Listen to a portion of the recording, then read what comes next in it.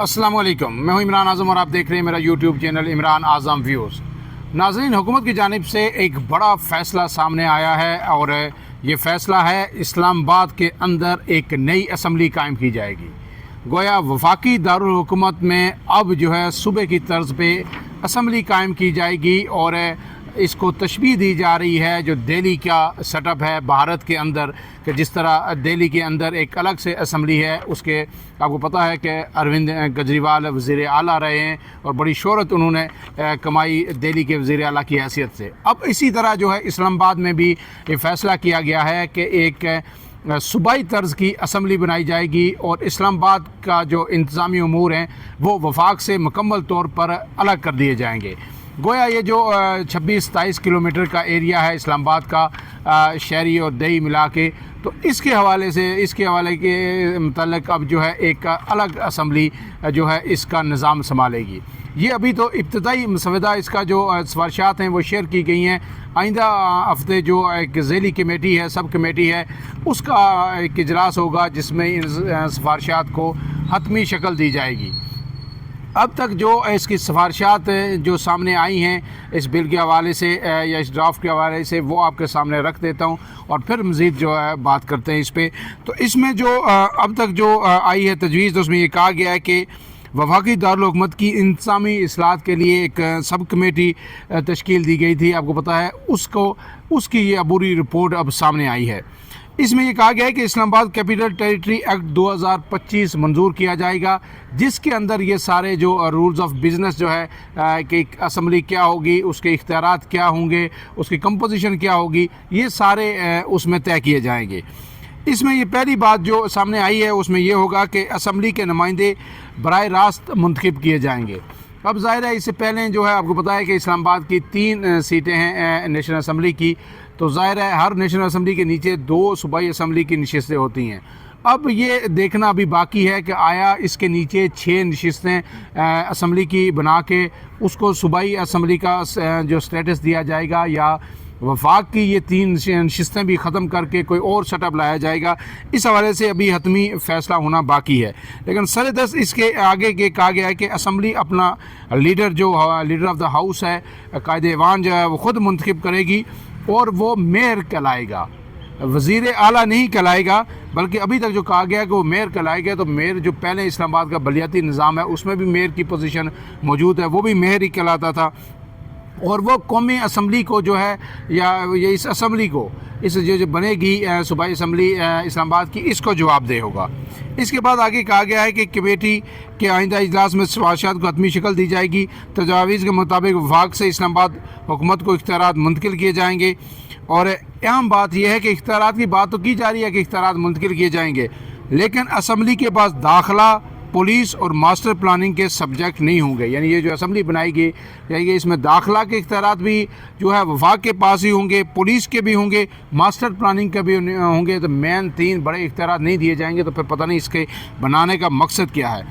ICT के महकमे सूबाई महकमों के तर्ज पर होंगे, लेकिन इनकी तादाद कम होगी। सब कमेटी ने कहा है कि वफाक के एक यूनिट के तौर पर मौजू इंतज़ामी ढांचा बनाया जाए जो गिलगित बल्तिस्तान के तर्ज पर सूबाई हुकूमत का हो।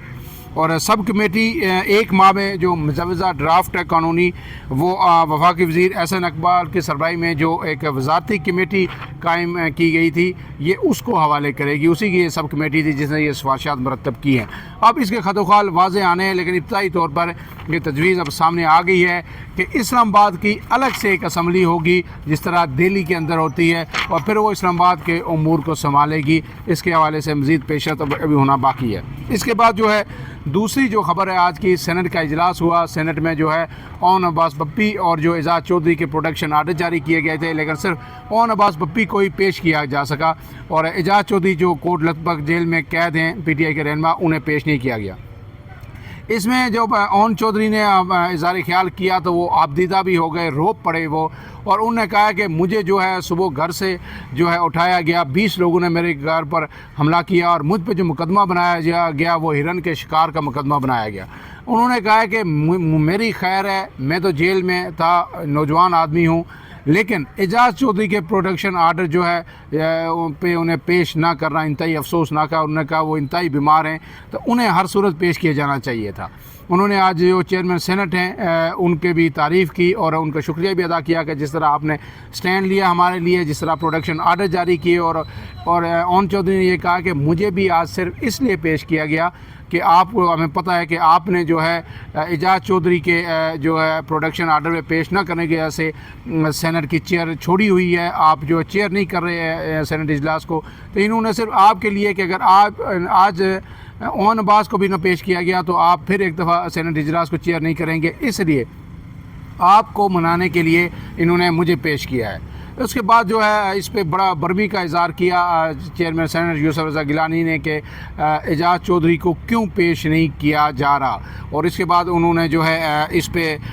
ایک رولنگ بھی دی، اور انہوں نے اعجاز چودھری کے پروڈکشن آرڈر کے باوجود انہیں پیش نہ کرنے کا جو معاملہ تھا وہ استحقاق کمیٹی کو بھیج دیا۔ اس میں جو یوسف رضا گیلانی نے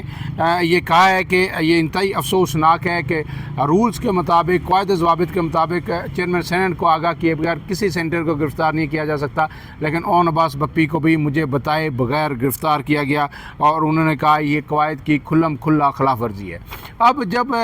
اپنا اون عباس بپی اپنا رونا رو رہے تھے، وہ کہہ رہے تھے کہ جس طرح ظلم و ستم ہمارے ساتھ ہو رہا ہے بغیر کسی وجہ کے ہمیں گرفتار کیا جا رہا ہے، تو ایسے میں پھر جو ہے سینٹر عرفان صدیقی صاحب جو ہے وہ کھڑے ہوئے، انہوں نے اظہار خیال کیا، تو انہوں نے ایک طرح سے جو پی ٹی آئی کے زخموں پر جو ہے مرہم رکھنے کے بجائے انہوں نے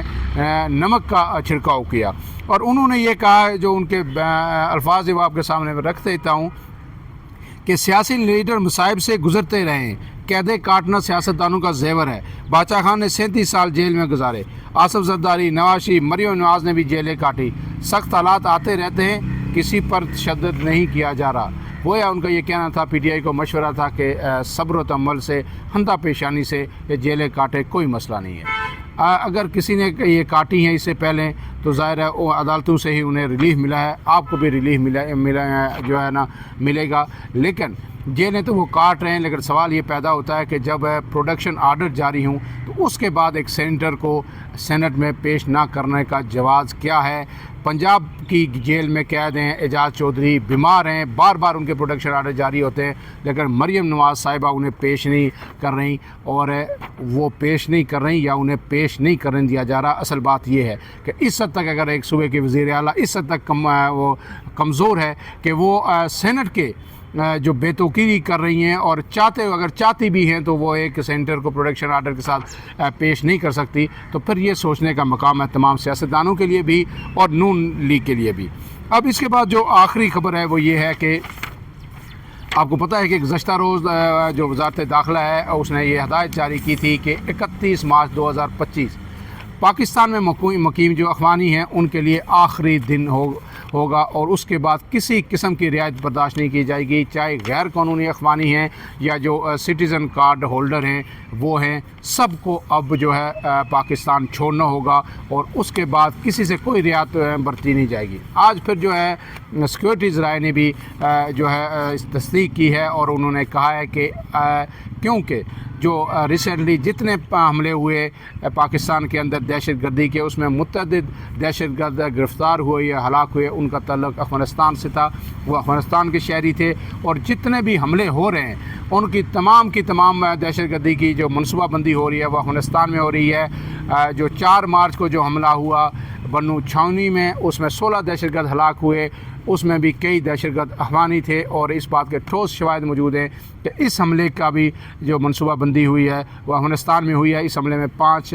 پاک فوج کے جوان شہید ہوئے، جبکہ 18 کے قریب جو سویلین جو ہے شہید ہوئے تھے، زخمی بھی ہوئے تھے بے شمار لوگ۔ تو اس کے بعد اب فیصلہ کیا گیا کہ زیرو ٹالرنس ہوگی، چاہے افغانستان چیخے، دنیا کچھ بھی کہے، جتنا پریشر آئے، کوئی پریشر قبول نہیں کیا جائے گا،